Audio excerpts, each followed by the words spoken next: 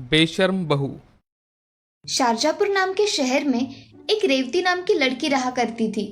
वह बहुत ही सुंदर दिखा करती थी। कॉलेज में उसके बहुत से लड़के दीवाने थे।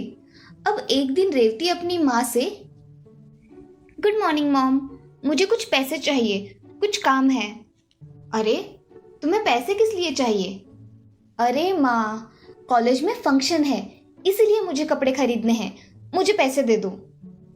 हाँ, ये लो पैसे, मगर जो वापस आए वो मुझे दे देना। जी माँ।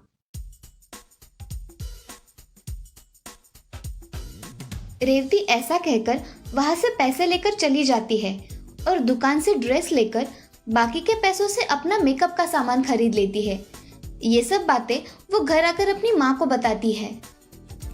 माँ, मैं तुम्हारे दिए हुए पैसों से ये ड्रेस और मेकअप का सामान लेकर आई हूँ।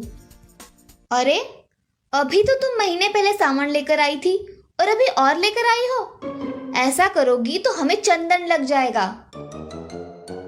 अरे माँ, कुछ चंदन नहीं लगता। तुम्हें पता है तुम्हारी बेटी कितनी खूबसूरत है? सारे कॉलेज के लड़के मरते हैं इस चेहरे पर। क्या अनाप शनाप बक रही हो? पता भी है।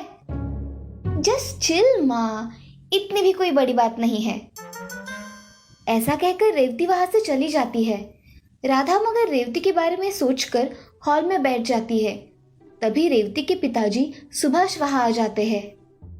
क्या हुआ है राधा, बड़ी चिंता में दिख रही हो?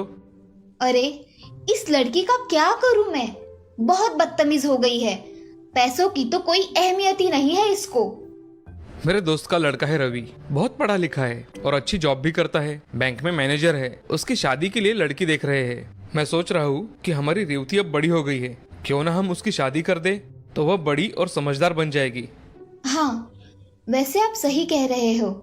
जिम्मेदारी पड़ेगी तो ये सीधी भी हो जाएगी और ये रिश्ता भी अच्छा है। तो मैं कल ही बात कर लेता हूँ।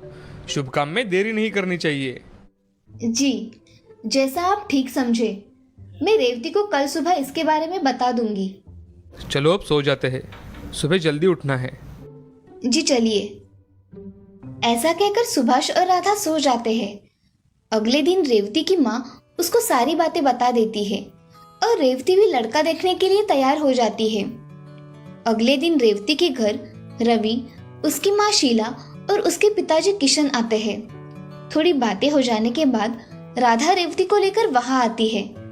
रेवती दिखने में सुंदर होने के कारण रवि को वो देखते ही पसंद आ जाती है और तभी रवि के घर वाले इस रिश्ते के लिए हाँ कह देते हैं। कुछ ही दिनों बाद उनकी शादी हो जाती है। रेवती नई होने के कारण उसकी सास को कोई मदद नहीं किया करती थी। उसकी सास एक दिन, अरे ओ बहू, जरा चाय बनाओ हम सबके लिए।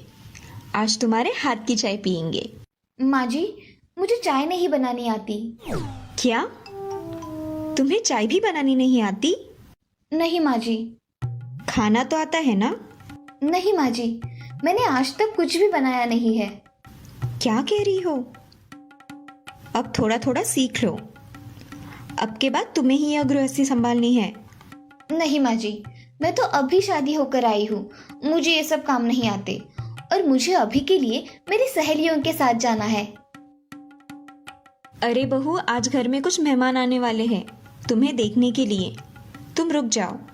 माँ जी, मैंने अपनी सहेलियों को प्रॉमिस किया है, मैं अपना प्रॉमिस नहीं तोड़ सकती। ऐसा कहकर रेवती वहां से अपने कमरे में चली जाती है और तैयार होकर छोटे छोटे नए फैशन के कपड़े पहनकर आती है। तभी उसकी सास और ससुर हॉल में ही बैठे होते हैं। अरे बहू, ऐसे कपड़े पहनकर कहाँ जा रही हो? कुछ शर्म है या नहीं? मैं अपने सहेलियों से मिलने जा रही हूँ तो ऐसे ही कपड़े पहनकर जाती हूँ, आपको पता नहीं है क्या? अरे बहू, साड़ी में ना सही, पर तुम पंजाबी ड्रेस पहनकर जा सकती हो ना? मैं पहले से ही ऐसे कपड़े पहनती हूँ सासू माँ। अरे शीला, मेरी चाय लेकर आओ। वही बातें करोगी क्या? हाँ, अभी लेकर आती हूँ।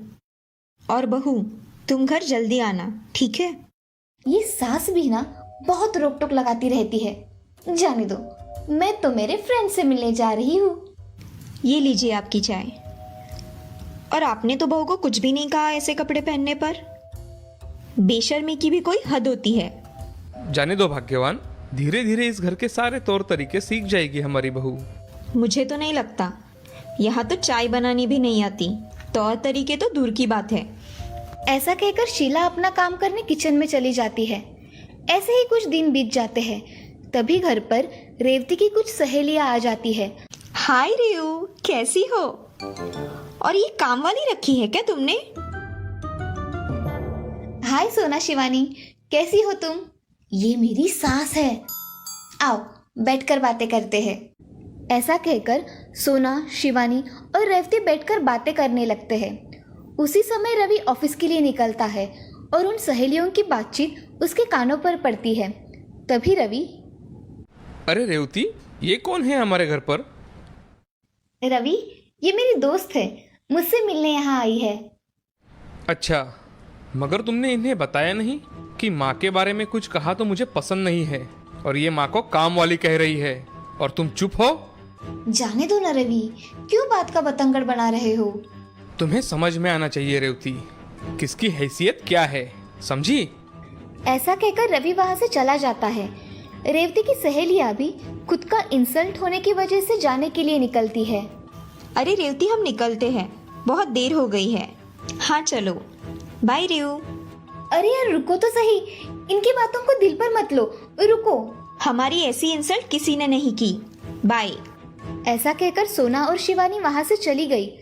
ये सब देख रेवती को बहुत गुस्सा आया और उसने पुलिस स्टेशन फोन लगाया और पुलिस से, नमस्ते इंस्पेक्टर साहब।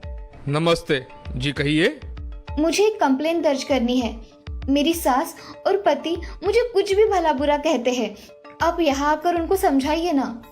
हम अभी आते हैं। जी इंस्पेक्टर साहब। ऐसा कहकर रेवती अपना फोन रख देती है। तभी उसके पीछे सास खड़ी दिखाई देती है। तभी, माँ जी आप कब आई? तुम जब पुलिस स्टेशन में फोन कर रही थी तभी आई। और क्यों खुद की इज्जत खुद ही चौराहे पर निकालने पर तुली हो? मेरे और मेरे बेटे के बारे में तुमने बहुत कुछ कहा है। अब वो तुम्हें माफ करेगा या नहीं मुझे पता नहीं। आप लोगों को ऐसा ही चाहिए, समझी? फिर ठीक है बहू, मैं मेरे बेटे को बुला लेती हूँ। ऐसा कहकर रेवती की सास वहां से चली जाती है और अपने बेटे को फोन करके घर पर बुला लेती है। ये सब सुनकर रवि हक्का बक्का हो जाता है और जल्दी जल्दी में घर चला आता है। तभी रवि के घर पुलिस आ जाती है। पुलिस को देख रवि, क्या हुआ इंस्पेक्टर साहब, आप यहाँ? मुझे आपकी पत्नी ने यहाँ बुलाया है। उन्होंने आपकी और आपकी माँ की कंप्लेंट लिखवाई है। क्या? मगर ऐसा कुछ भी नहीं हुआ है इंस्पेक्टर साहब। ऐसी कंप्लेंट लिखवाई है आपकी बीवी ने। रेवती, तुमने कंप्लेंट लिखवाई है? क्या हुआ क्या है तुम्हें? मैंने सही किया है। इंस्पेक्टर साहब इन्हें लेकर जाओ या इन्हें समझा दो। इन्हें किसी से बात करने की तमीज नहीं है। उसका ये बर्ताव देख रवि और शीला को बहुत बुरा लगता है। पुलिस रवि को बहुत खरी खोटी सुनाकर वहां से चली जाती है। तभी रवि और शीला अपने कमरे में चले जाते हैं। कोई किसी से कुछ बात नहीं करता। तभी रेवती बोलती है, अच्छा हुआ, इनको ऐसा ही सबक मिलना चाहिए था। अब आया ऊंट पहाड़ के नीचे। ऐसा कहकर रेवती दूसरे दिन अपने मायके निकल जाती है। सारी घड़ी घटना रेवती की सास पहले ही उसके माँ को बता देती है और रेवती के घर आने के बाद रेवती की माँ उससे, रेवती तुझे समझ में आ रहा है तूने क्या किया है? बसा बसाया घर उजाड़ दिया है तूने। वो मुझसे बातें ही ऐसे करते थे, इसीलिए मैंने ऐसा किया और मैं वहां नहीं जाने वाली। मेरे घर में तुम्हारे लिए कोई जगह नहीं है। कल को अगर हम तुझे कुछ कह दे तो तू हमें जेल भेज देगी। इसीलिए तुम मेरे घर में नहीं रह सकती। मैं कहाँ जाऊंगी माँ? कहीं भी जाओ। तुमने जो किया है वो बहुत बुरा किया है। अब तुम उनकी माफी मांगो और तुम्हारे अपने घर जाओ, समझी? ऐसा कहकर राधा घर में चली जाती है और रेवती को अपनी गलती का एहसास होता है। वो मन ही मन, मैंने अपने घर वालों के साथ बहुत बुरा बर्ताव किया है, मुझे उनसे माफी मांगनी पड़ेगी। क्या पता मुझे माफ कर दे तो। ऐसा मन में सोचकर रेवती उसके घर चली जाती है। तभी उसकी सास, अब क्या रह गया है बहू? माँ जी मुझे माफ कर दीजिए, मुझसे गलती हो गई। अरे तुम किस मुंह से माफी मांग रही हो रेवती? अगर मेरे बेटे ने तुम्हें माफ कर दिया है तो ही मैं तुम्हें माफ कर दूंगी। हाँ माँ जी, मैं उनसे भी माफी मांगती हूँ। और अब क्या रह गया है रेवती? मुझे माफ कर दीजिए, मैंने बहुत बड़ी गलती कर दी है। मैं आइंदा से ऐसा नहीं करूंगी। रेवती फूट फूट कर रोने लगती है। तभी रवि उसकी गलतियों को माफ कर उसे गले लगा लेता है और तभी से रेवती अपना स्वभाव बदल देती है। अब वो घर में सारे काम मन लगाकर सीखती है और बड़ों का सम्मान करती है। अब वो पहले वाली बेशरम बहू नहीं रही थी, अब वो संस्कारी बहू बन गई थी। इस कहानी से हमें ये सीख मिलती है कि जिंदगी में हमेशा दूसरों के प्रति आदर रखना चाहिए, कभी भी किसी का अपमान नहीं करना चाहिए, सभी के साथ अच्छा व्यवहार करना चाहिए। झगड़ालू